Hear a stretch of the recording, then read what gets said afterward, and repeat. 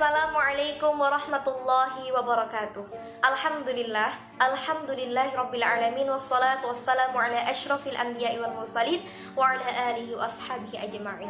Perkenalkan, kami dari kelompok 4. Pada kesempatan kali ini kami akan menyampaikan materi yaitu penafsiran ayat-ayat Al-Qur'an tentang pendidikan seks menurut pandangan Islam. Sebelum mulai presentasi pada pagi hari ini, perkenalkan anggota kelompok kami. Yang pertama, Fakihuddin Abil Fida Ahmad dengan NIM 009. Yang kedua, Ulyama Nurul Izzah dengan NIM 010. Yang ketiga, Maizana Nur Hidayah dengan NIM 012. Yang keempat, Ahvan Aziz Zulfandika dengan NIM 015. Yang kelima, Eka Meliana Risnawati dengan NIM 027. Dan yang terakhir, Konita Salma Safina dengan NIM 036. Selamat menyaksikan presentasi dari kelompok kami. Saya akan menyampaikan tafsiran dari surah Al-Baqarah ayat 187. Saya akan membacakan ayatnya. A'udzu billahi minasy syaithanir rajim. Bismillahirrahmanirrahim. Uhilla lakum lailatas siyamir rafathu ila nisaikum hunna libasul lakum wa antum libasul lahun. 'Alimallahu annakum kuntum takhtanuna anfusakum fataba 'alaikum wa'fa ankum. Fal'ana bashiruhunna wabtaghu ma kataballahu lakum wa kulu washrabu hatta yatabayyana lakumul khaytul abyadu minal khaytil aswadi minal fajr. Thumma atimmu siyama ilal layl wa la tubashiruhunna wa antum aakifuna fil masajid. Tilka hududullahi fala taqrabuha. Kadzalika yubayyinullahu ayatihi linnasi la'allahum yattaqun. Yang artinya, dihalalkan bagimu pada malam puasa bercampur dengan istrimu. Mereka adalah pakaian bagimu dan kamu adalah pakaian bagi mereka. Allah mengetahui bahwa kamu tidak dapat menahan dirimu sendiri, tetapi Dia menerima tobatmu dan memaafkanmu. Maka sekarang campurilah mereka dan carilah apa yang telah ditetapkan Allah bagimu. Makan dan minumlah hingga jelas bagimu perbedaan antara benang putih dan benang hitam, yaitu fajar. Kemudian sempurnakanlah puasa sampai datang malam. Akan tetapi, jangan campuri mereka ketika kamu dalam keadaan beriktikaf di masjid. Itulah batas-batas ketentuan Allah. Maka janganlah kamu mendekatinya. Demikianlah Allah menerangkan ayat-ayatnya kepada manusia agar mereka bertakwa. Tafsirannya, menurut Jalalain dan Ibnu Katsir, dihalalkan bagimu pada malam hari bulan puasa untuk bercampur dengan istrimu. Semula hanya dihalalkan makan, minum, dan mencampuri istri hingga sholat isya atau tidur. Setelah bangun tidur, semuanya diharamkan. Umar bin Khattab pernah mencampuri istrinya sesudah sholat isya. Beliau sangat menyesal dan menyampaikannya kepada Rasulullah. Maka turunlah ayat ini yang memberikan keringanan. Mereka adalah pakaian bagimu yang melindungi kamu dari zina, dan kamu adalah pakaian bagi mereka yang melindungi mereka dari berbagai masalah sosial. Allah mengetahui bahwa kamu tidak dapat menahan dirimu sendiri untuk tidak berhubungan dengan istri pada malam bulan Ramadan. Tetapi Dia menerima tobatmu dan memaafkan kamu karena kamu menyesal dan bertobat kepadanya. Maka sekarang campurilah mereka dan carilah apa yang telah ditetapkan Allah bagimu dengan mengharapkan keturunan yang baik. Makan dan minumlah dengan tidak berlebihan hingga jelas bagimu perbedaan antara benang putih dan benang hitam, yaitu fajar, untuk memulai puasa. Kemudian sempurnakanlah puasa sampai datang malam yang ditandai dengan terbenamnya matahari. Tetapi jangan kamu campuri mereka ketika kamu beriktikaf dalam masjid pada malam hari Ramadan. Itulah ketentuan Allah, maka janganlah kamu mendekatinya, yakni istri ketika beriktikaf, apalagi berhubungan intim.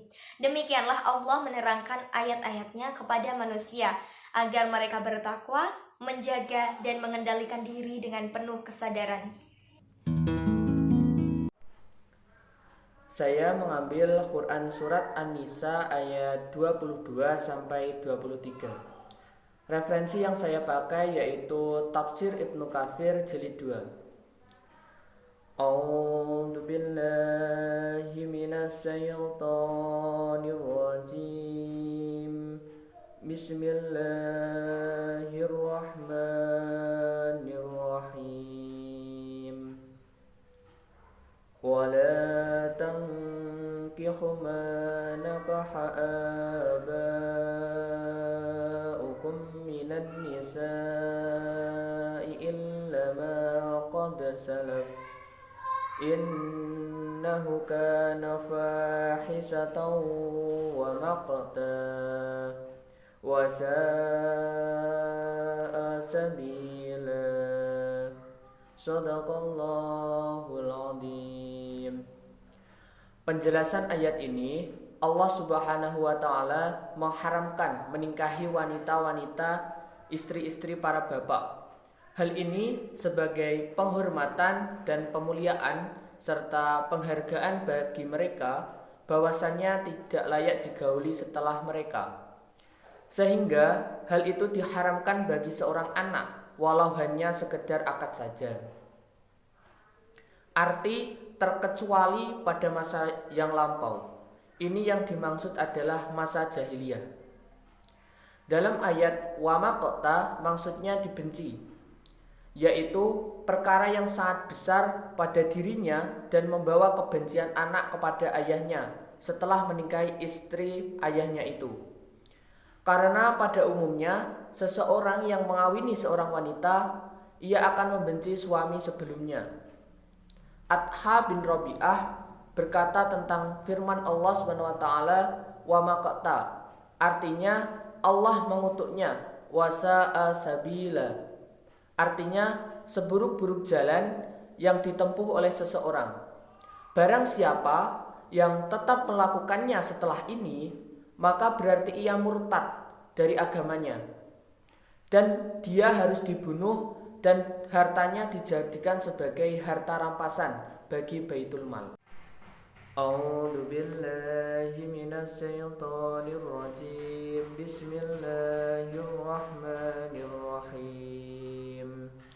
Hurrimat 'alaikum ummahatukum wa banatukum wa akhawatukum wa 'ammatukum wa khalatukum wa banatul ahi wa banatul ukhti wa ummahatukum allati arda'nakum wa akhawatukum minar radha'ati wa ummahatu nisaikum wa rabaibukum allati fi hujurikum min nisaikum allati dakhaltum bihinna fa illam takunu dakhaltum bihinna fala junaha 'alaikum wa halailu abnaikum alladzina min aslabikum wa an tajma'u bainal ukhtaini illa ma qad salaf innallaha kana ghafurar rahima. Shadaqallahul Azim. Di dalam ayat 23 Quran Surat An-Nisa ini menerangkan haramnya mahram berdasarkan nasab keturunan dan hal yang mengikutinya berupa persusuan dan kemertuaan. Tentang mahram dari nasab yang tidak boleh dikawini ada 7, yaitu ibu-ibumu, anak-anakmu yang perempuan, saudara-saudaramu yang perempuan, saudara-saudara bapakmu yang perempuan, saudara-saudara ibumu yang perempuan, anak-anak perempuan dari saudara-saudaramu yang laki-laki, dan anak-anak perempuan dari saudara-saudaramu yang perempuan. Dalam keumuman ayat ini, anak perempuan dari zina juga diharamkan untuk dikawini. Dalam ayat ini juga diharamkan bagi kamu untuk menikahi ibu-ibumu yang melahirkanmu. Maka begitu pula kamu diharamkan dengan ibu-ibu yang menyusuimu. Ayat ini juga diperjelas dengan sebuah hadis yang diriwayatkan oleh Muslim, yang artinya diharamkan karena persusuan, apa-apa yang diharamkan karena nasab. Di dalam ayat wa ummahatu nisaikum wa rabaibukum allati fi hujurikum min nisaikum. Dalam ayat ini para mazhab satu pendapat mengatakan anak tiri tidak diharamkan kecuali jika di bawah pemeliharaan si laki-laki tersebut. Jika tidak dalam pemeliharaan si laki-laki maka tidak diharamkan. Wa halailu abnaikum alladzina min aslabikum. Maksud ayat ini diharamkan bagi ayah sang laki-laki meningkahi istri-istri anak menantu yang kalian lahirkan dari sulbi kalian, dan dikecualikan anak-anak angkat yang mereka jadikan sebagai anak. Namun Ibnu Abi Hatim meriwayatkan dari Al-Hasan bin Muhammad bahwasanya ayat-ayat wahalailu abnaikum adalah mubham, tidak jelas maknanya. Ibnu Katsir berpendapat makna mubhamat artinya umum untuk yang sudah digauli ataupun yang belum digauli, maka diharamkan dengan semata-mata akad dengannya.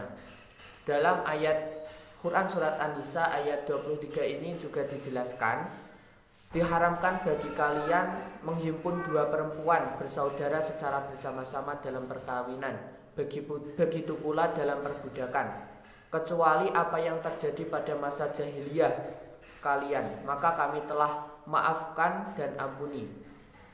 Isi kandungan Quran surat An-Nisa ayat 22-23 yaitu yang pertama, pendidikan seks itu harus diterapkan di lingkungan keluarga terlebih dahulu. Yang kedua, larangan menikahi wanita-wanita yang sudah dinikahi oleh ayahnya. Yang ketiga, menerangkan perempuan-perempuan yang haram dinikahi dan yang halal dinikahi, baik diharamkan untuk selama-lamanya maupun diharamkan dalam batas waktu tertentu.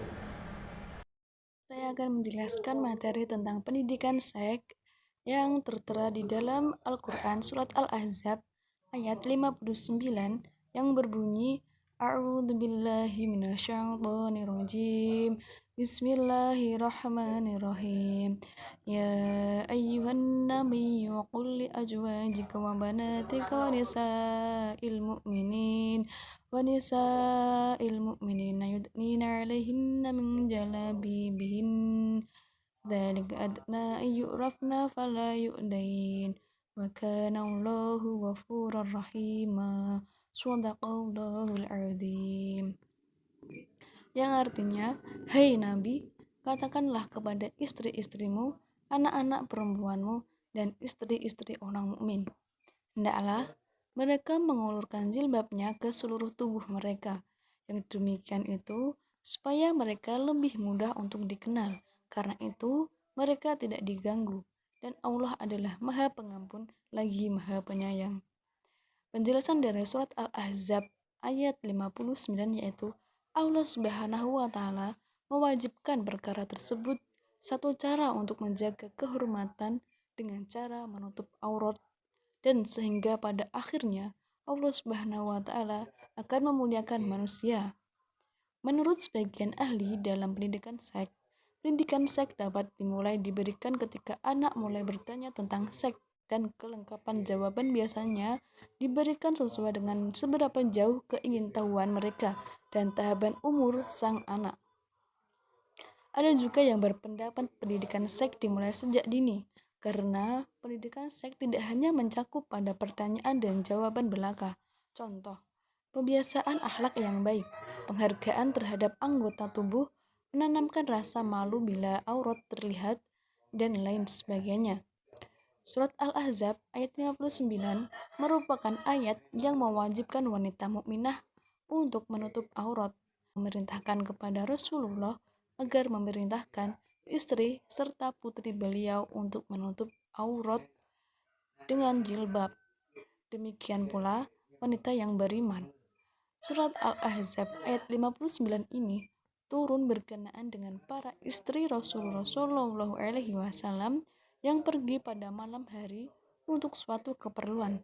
Mereka diganggu sejumlah orang munafik sehingga mereka merasa tersakiti. Ketika hal itu diadukan kepada Rasulullah SAW, Orang-orang munafik itu mengaku bahwa mereka hanya bermaksud mengganggu para budak perempuan. Maka Allah menurunkan surat Al-Ahzab ayat 59 ini. Agar apa?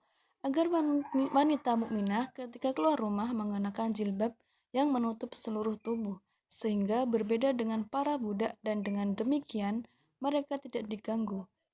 Ibnu Katsir menjelaskan, jilbab adalah kain yang dipakai di atas kerudung, sedangkan Syekh Wahbah Az-Zuhaili dalam tafsir Al-Munir menjelaskan, jilbab adalah baju terluar yang digunakan seorang perempuan untuk menutupi tubuhnya di atas baju kurung atau pakaian yang menutupi seluruh tubuh.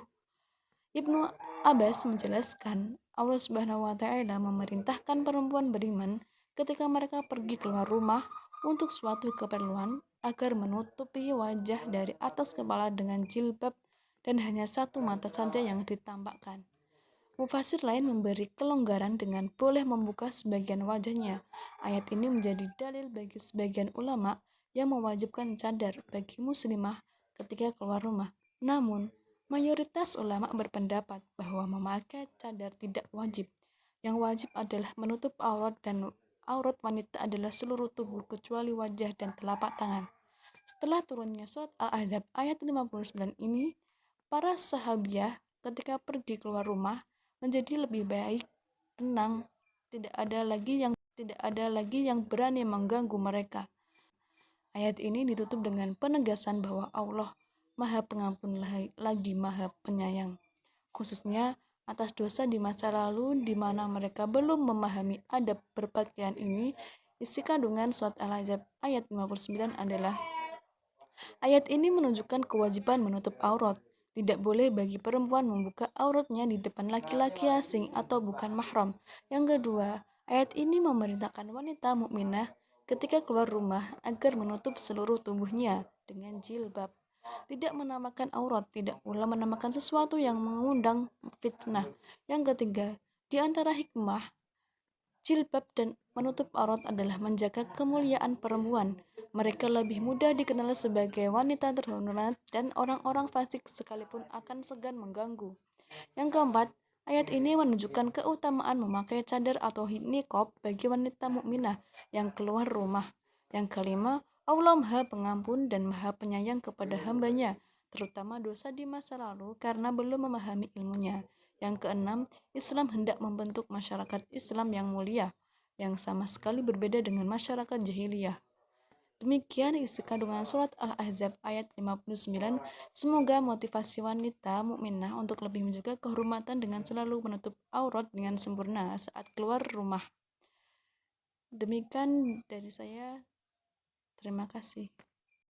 Assalamualaikum warahmatullahi wabarakatuh. Saya ingin menjelaskan tentang Quran surat Al-Isra ayat 32. A'udzu billahi minasyaitonir rajim.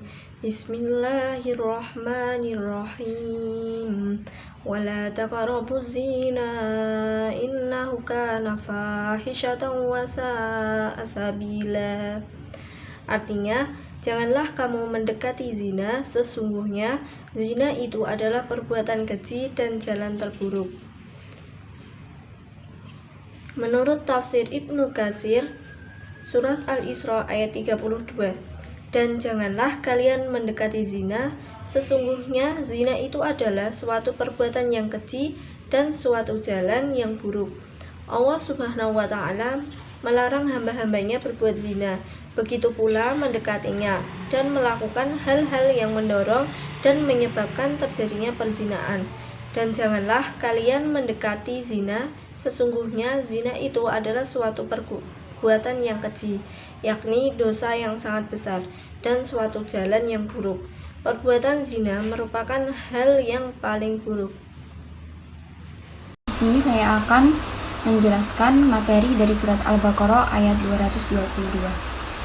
A'udzu billahi minasyaitonir rajim. Bismillahirrahmanirrahim. Wa yas'alunaka 'anil mahid. Qul huwa adan fa'tazilun nisaa fil mahid. ولا تقربوهن حتى يطهرن فإذا تطهرن فأتوهن من حيث أمركم الله إن الله يحب التوابين ويحب المتطهرين. Yang artinya, mereka bertanya kepadamu tentang haid. Katakanlah, haid itu adalah suatu kotoran. Oleh sebab itu, hendaklah kamu menjauhkan diri dari wanita di waktu haid.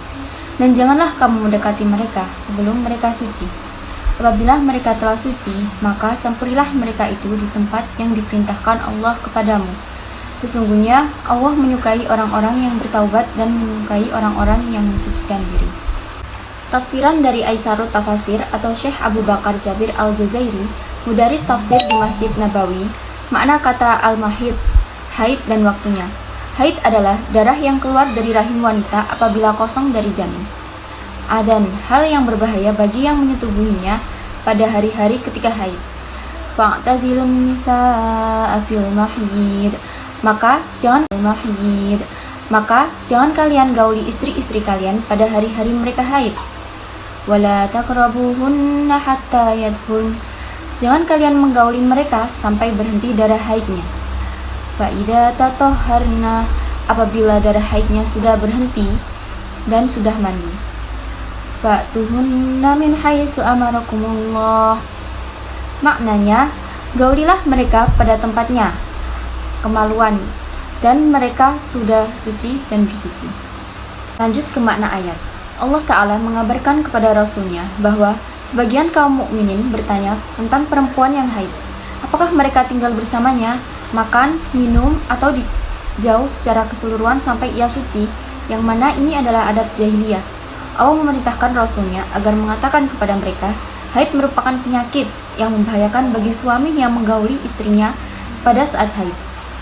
Bagi suami, wajib menjauhi istrinya pada persetubuhan saja, bukan dalam pergaulan sehari-hari, makan dan minum, yaitu pada perkara persetubuhan saja tatkala darah haid masih mengalir, dan tidak mengapa untuk menggauli istri yang sedang haid selain batas antara pusar dan lutut. Berdasarkan hadis sahih dalam masalah ini, kemudian Allah Ta'ala menekankan larangan ini dengan firman-Nya, jangan kalian dekati mereka, yaitu jangan kalian setubuhi mereka, para istri, sampai mereka suci dan berhenti darahnya, dan kemudian bersuci, atau mandi besar setelahnya. Apabila mereka telah bersuci, yaitu mandi, datangilah mereka sesuai apa yang Allah perintahkan, yaitu menyetubuhi istri pada kubul atau kemaluan, bukan pada duburnya, karena hal itu haram. Kemudian Allah memberitahukan nabinya bahwa dia mencintai orang-orang yang bertaubat dari dosa-dosa, menyucikan dirinya dari najis dan kotoran. Oleh karena itu, bertaubatlah dan sucikanlah diri kalian agar dapat meraih kecintaan Allah Ta'ala. Pelajaran yang dapat diambil dari ayat tersebut, yaitu yang pertama, keharaman menyetubuhi istri tatkala sedang haid dan nifas karena terdapat bahaya, berdasarkan firman Allah yang artinya, oleh sebab itu, hendaklah kamu menjauhkan diri dari wanita di waktu haid dan janganlah kamu mendekati mereka sebelum mereka suci. Yang kedua, keharaman menyetubuhi istri tatkala sudah berhenti darah haid atau nifasnya, namun belum bersuci atau mandi besar, berdasarkan firman Allah yang artinya, apabila mereka telah suci, maka campurilah mereka itu. Yang ketiga, keharaman menyetubuhi wanita pada duburnya berdasarkan firman Allah Ta'ala yang artinya, maka campurilah mereka itu di tempat yang diperintahkan Allah kepadamu. Dan yang terakhir, kewajiban untuk mensucikan diri dari dosa-dosa dengan cara bertaubat dan menyucikan dari kotoran dan najis dengan memakai air. Selanjutnya saya akan menjelaskan surah An-Nur ayat 58 sampai dengan 59. Bismillahirrahmanirrahim.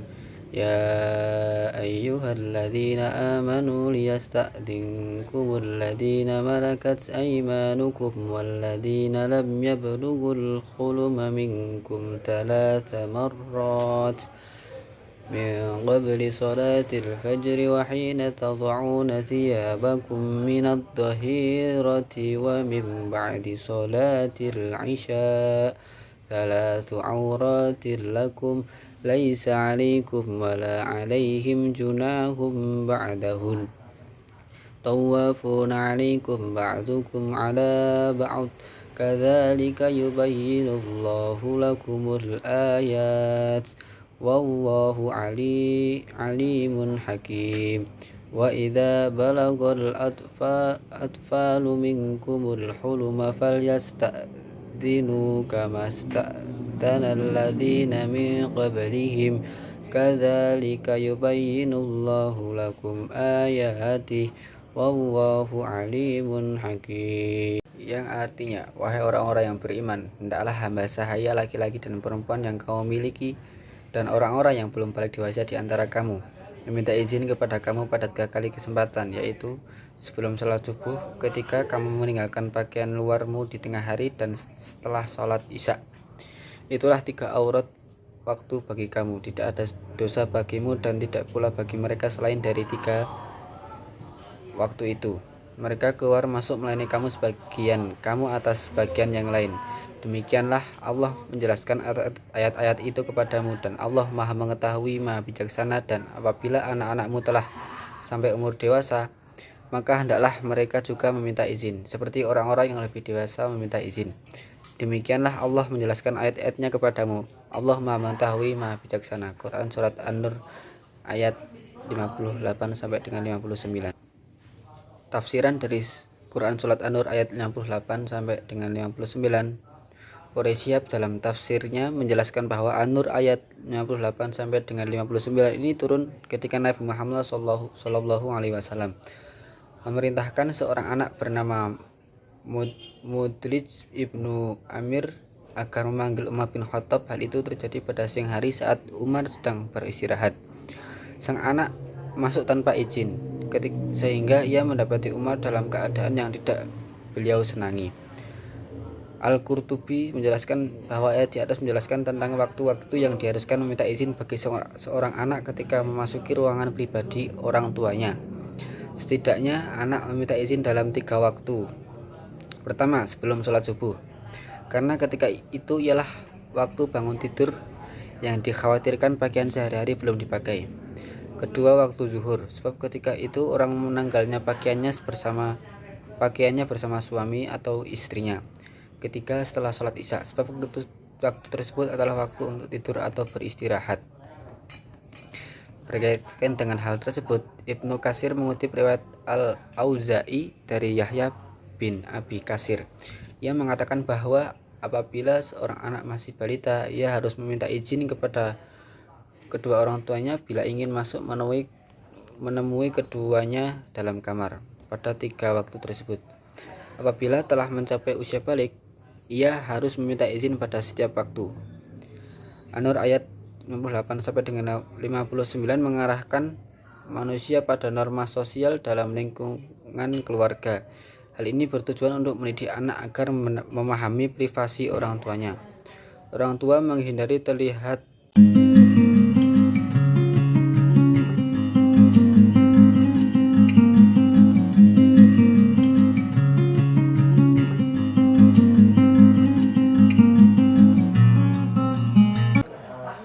Kedua, jika anak tersebut masih kecil, maka orang tua dapat mengajarkan anak untuk memahami simbol atau warna pada ruangan atau benda yang tidak boleh digunakan tanpa izin.